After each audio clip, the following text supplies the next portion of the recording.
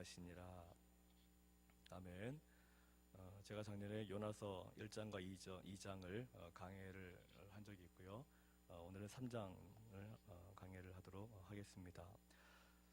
요나서는 잘 아시다시피 요나가 하나님께서 말씀하신 명령을 거슬리고 자기 마음대로 했던 그런 대표적인 선지자가 바로 요나입니다. 하나님께서 명령하셨는데 그 말씀을 불순종을 하면 바로 벌을 받거나 재앙을 받아야 되는데, 근데 우리가 요나서를 통해서 알 수 있는 것은 뭐냐 하면 하나님의 사랑하심이 우리의 불순종에서도 역사하신다는 것입니다. 한번 따라해 보실까요? 하나님의 사랑은 우리의 불순종 가운데서도 끊이지 않습니다. 내가 불순종했다고 그래서 바로 나를 내치시거나 나를 버리시거나 하시는 것이 하나님의 사랑이 아니시라는 거죠. 하나님의 사랑은 내가 어떠한 모습을 간직하고 있더라도 때론 방탕하고 때론 방황하고 때론 세상 사람들과 어울리면서 흥청망청하는 모습이 내 안에 있다 하더라도 한번 나를 향하여 작정하신 그 하나님의 사랑은 끊이지 않는다는 것을 우리가 믿어야 되는 것입니다. 때로는 우리가 전도를 할 때 남들에 대해서는 굉장히 관용합니다. 그래서 어떤 분들이 죄를 지으면 괜찮다고, 하나님 믿으면 다 용서받을 수 있다고 다 남들에게 다 관용적으로 얘기하는데, 근데 그 잣대를 자기 자신에게 되면은 이상하게도 자신감을 잃어버린 분들이 굉장히 많습니다.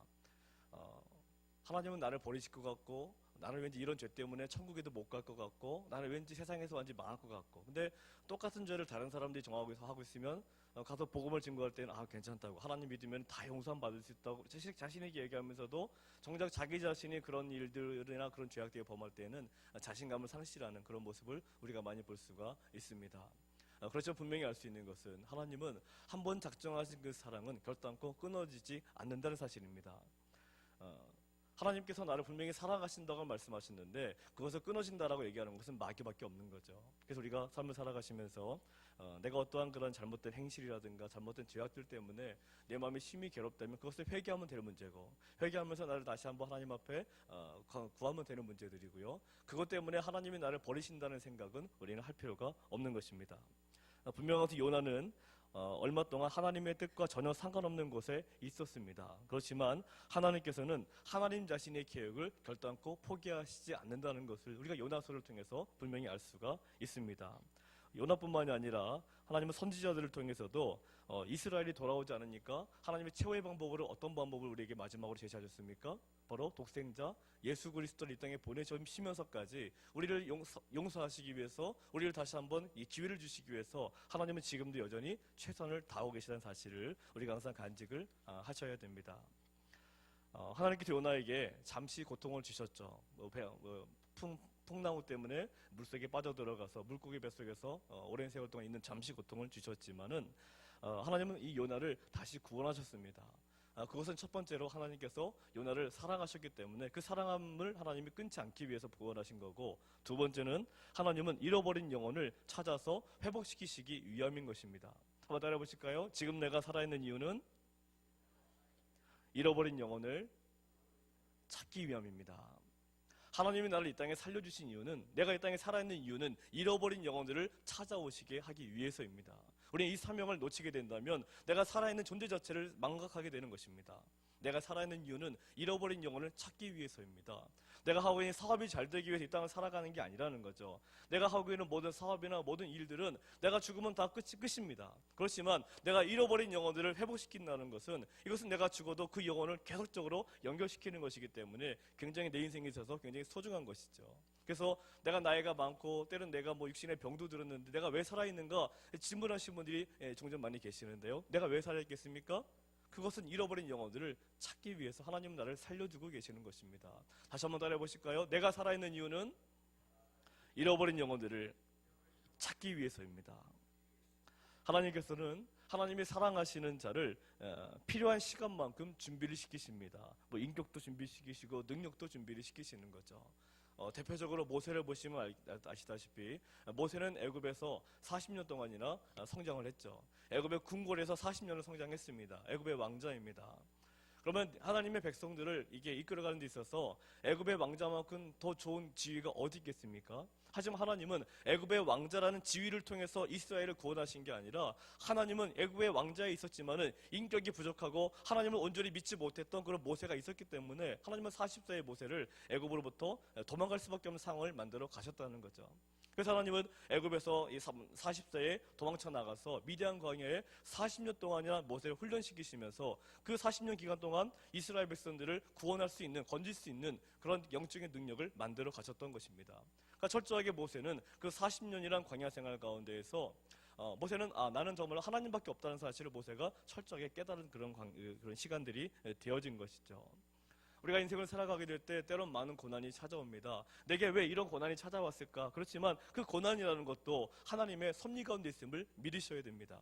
이 고난은 우연히 생긴 것이 아니라 분명히 하나님께서 나와 나의 백성들을 위해서 내게 주셨다라고 믿으면 그것만큼 큰 축복은 없는 것입니다.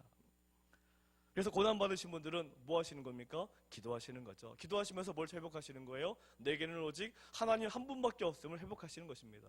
세상을 의지하는 것도 아니고 누구를 의지하는 것도 아니고 오직 하나님 한 분만이 나를 인도하시고 나를 책임지신다는 사실을 이 고난을 통해서 우리는 기억하셔야 되는 것입니다. 내가 몸이 아프다면 몸이 아프다는 그 고난을 통해서 무엇을 기억하십니까? 오직 하나님밖에 없음을 다시 한번 기억하시고 하나님께 전심전력으로 나가시라는 것입니다. 이 고난은 하나님이 사용하려는 사람임을 오히려 증거해 주는 거죠. 내가 삶을 살아가는데 아무런 고난이 없다. 한 번쯤 의심해 보셔야 됩니다. 내가 하나님께 정말 쓰임받고 있는 사람인가? 근데 내가 삶을 살아가는데 참 요즘 고통이 많다, 고난이 많다. 그것은 하나님께서 나를 뭔가 또 다른 일로 사용하시려는가 보다 하고 믿음으로 받아들이시는 그런 자세가 중요한 것입니다. 하나님은 요나를 통해서 이 아수르 민족을 구원하기를 원하셨는데 이 당시 이 아수르 제국은 이스라엘에게 가장 위협적인 적대 세력이었다라고 전에 말씀을 드린 적이 있습니다. 그러니까 요나가 하나님의 말씀을 불순종한 충분한 이유가 있었습니다. 왜냐하면 이 아수르라는 민족은 이스라엘 백성들을 잔인하게 살해했던 민족이거든요. 그러니까 이스라엘 백성들 입장에서 볼 때에는 이 아수르에게 구원을 선포한다는 것은 말도 안 되는 것입니다. 왜냐하면 자기들에게 원수인데 그것도 그냥 원수가 아니라 자기들을 정말 처절하게 살해를 했거든요. 성경 말씀에서 자세히 보시면 이 아수르 민족이 이스라엘 백성들이 얼마나 잔혹한 살해를 했는지를 잘 알 수가 있습니다. 요즘도 그 IS인지 뭐 중동의 그 단체 있지 않습니까? 거기서 막 그 아주 굉장히 안 좋은 방법들로 전 세계 우리 사람들을 아주 격앙에 빠지게 만들고 있는데 우리가 그들이 그 모습을 보더라도 막 마음 치가 떨리지 않습니까? 그런데 이 아수르 민족은 그것보다 훨씬 더 심했다는 거죠. 이스라엘 백성들에게 어마어마한 그런 잔인한 것들을 많이 저질렀습니다. 그러니까 당연히 요나 같은 경우에 있어서도 아수르 민족에게 구원의 메시지를 선포한다는 것은 말도 안 되는 거죠. 우리가 삶을 살아가게 될 때 우리도 주변에 그런 분들 종종 계시잖아요.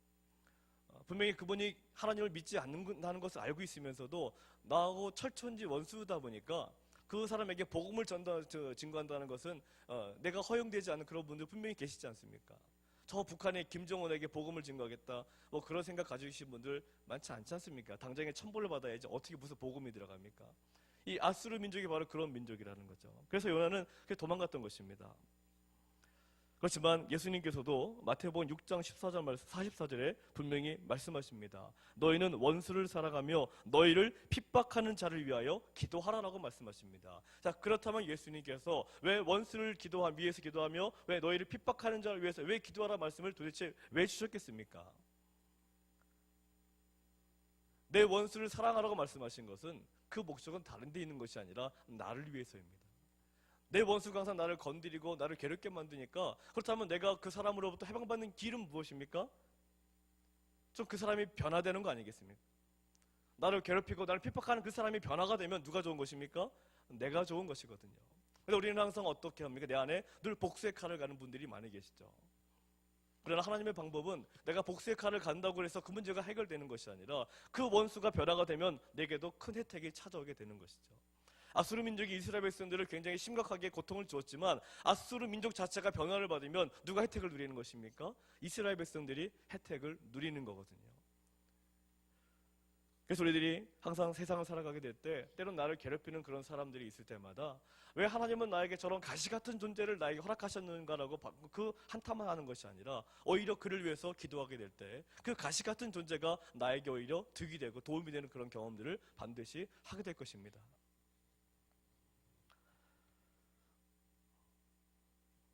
4절의 말씀을 보시면 4절 같이 읽어보겠습니다. 시작. 요나가 그 성읍에 들어가서 하루 동안 다니며 외쳐 이르되 40일이 지나면 니느웨가 무너지리라 하였더니 라고 했습니다. 요나가 니느웨 땅에 하나님 말씀대로 니느웨 땅에 들어가서 복음을 선포한 것은 딱 하루밖에 되지 않습니다. 그것도 뭐라고 말했습니까? 40일이 지나면 너희가 망한다. 이 얘기밖에 안 했습니다.